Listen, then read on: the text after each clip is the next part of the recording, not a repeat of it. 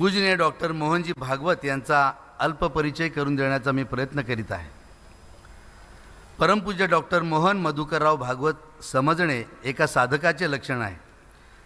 ते एक व्यक्ती नसून एक संघटन आहे, तेही विश्वव्यापी।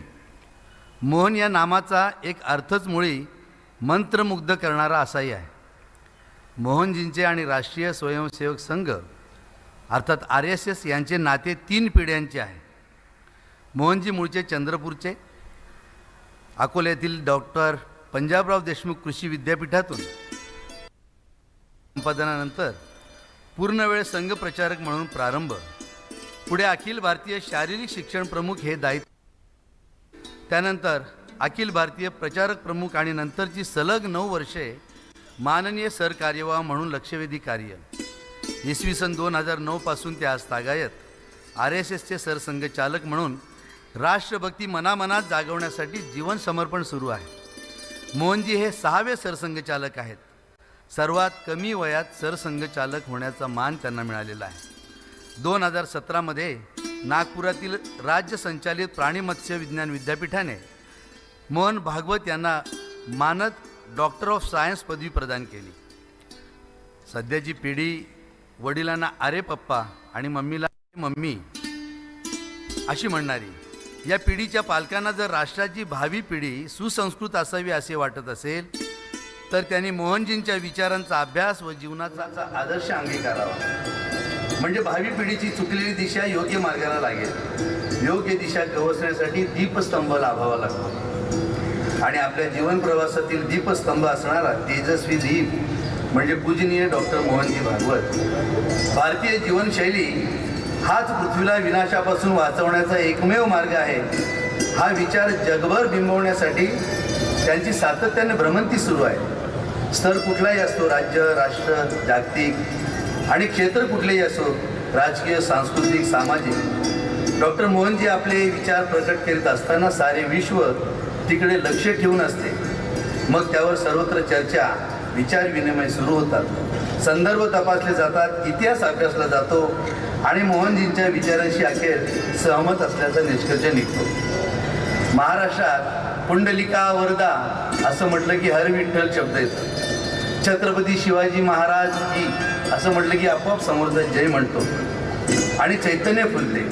तद्वतच मोहनजींच्या केवळ अस्तित्वाने आज या परिसरात चैतन्य फुलले आहे आणि आपल्या विचारांना प्रवाहाची दिशा बदलण्याचे सामर्थ्य देखील मिळणार आहे।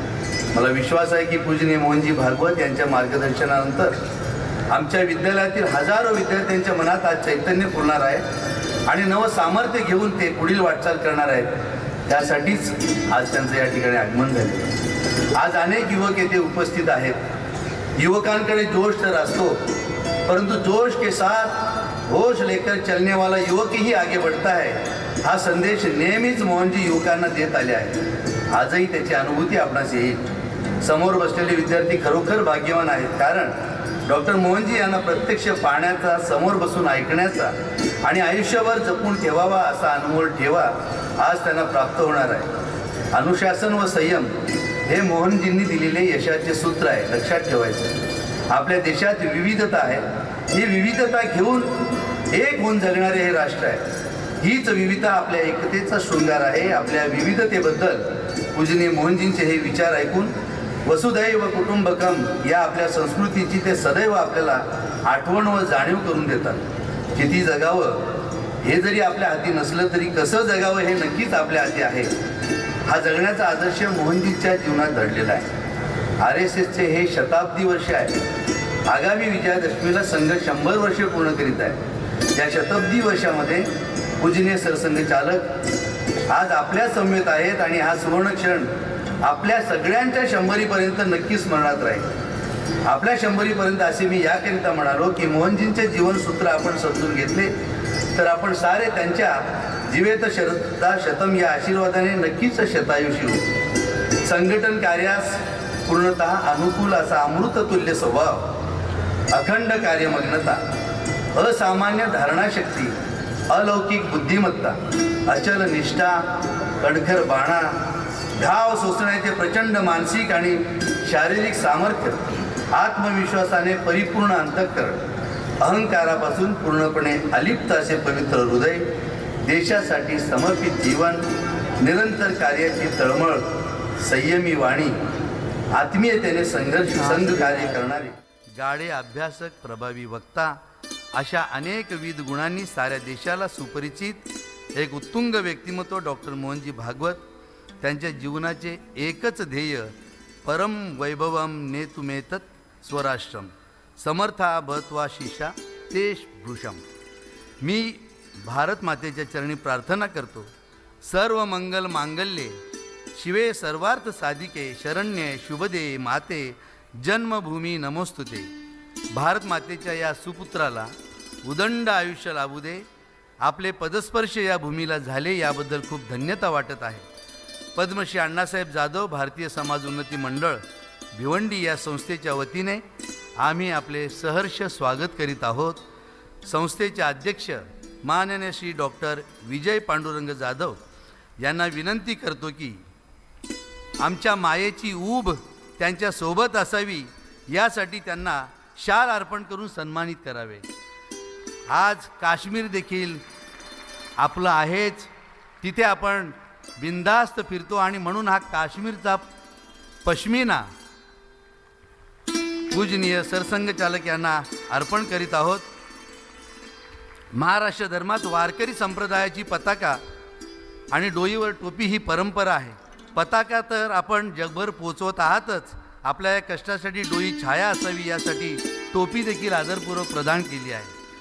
कल्पतरू म्हणजे आपल्या मनोकामना पूर्ण करणारा वृक्ष, त्या वृक्षाचे फळ देखील आपण शुभ कार्यावेळी देतो.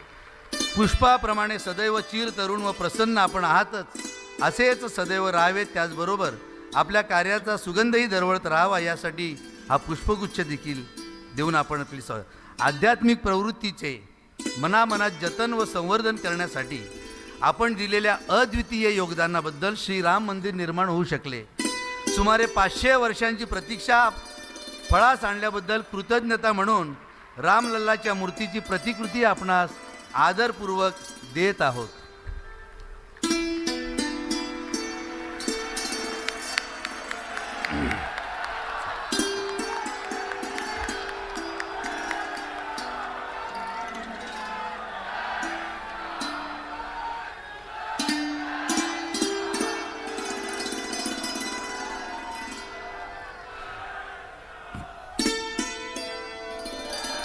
आजच्या आपल्या सोबतच्या या सुवर्ण आठवणी आमच्या सोबत सदैव राहतील, परंतु आमची ही आठवण आपणास राहावी म्हणून संस्थेच्या मानचिन्हाची ही प्रतिकृती व पद्मश्री अण्णासाहेबांचे आत्मचरित्र संकल्पसिद्धी श्रद्धापूर्वक देत आहोत.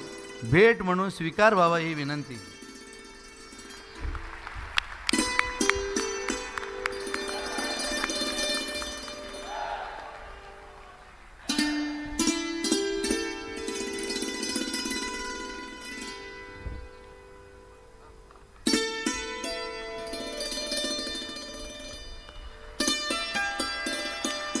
अण्णांचा हा ग्रंथ म्हणजे आत्मचरित्र आम्हास नेहमी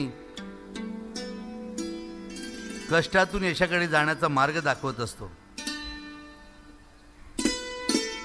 पूजनीय मोहनजी भागवत यांचे मनपूर्वक आभार. पुनश्च सर्वांचं मी शब्दसुमनाने स्वागत करतो. या ठिकाणी आलेले आदरणीय सर्व स्वयंसेवक, निमंत्रित सर्व मान्यवर, आमचे प्रिय पालकवर्ग आणि तिन्ही शाळांमधील विद्यार्थी या सगळ्यांचं, त्याचबरोबर शिक्षक आणि शिक्षकेतर, व्यवस्थापन समितीचे सर्व पदाधिकारी व सदस्य या सगळ्यांचं देखील मी मनापासून शब्दसुमनांनी हार्दिक स्वागत करतो. भवतां सहर्षम स्वागतम व्याहरामः. आपणा सर्वांचे आम्ही सहर्ष स्वागत करीत आहोत. प्रत्येकाला सहज शिक्षण मिळावे या हेतूने संत तुकाराम महाराजांच्या अभंगातील एकमेका साह्य करू अवघे धरू सुपंत हे ब्रीद घेऊन पद्मश्री अण्णासाहेब जाधव यांनी आपल्या सहकाऱ्यांना समवेत घेऊन मंगळवार दिनांक 8 जून 1948 रोजी ठाणे जिल्हा हरिजन उन्नती मंडळ म्हणजेच आत्ताच्या आपल्या पद्मश्री अण्णासाहेब जाधव भारतीय समाज उन्नती मंडळ या संस्थेची स्थापना केली.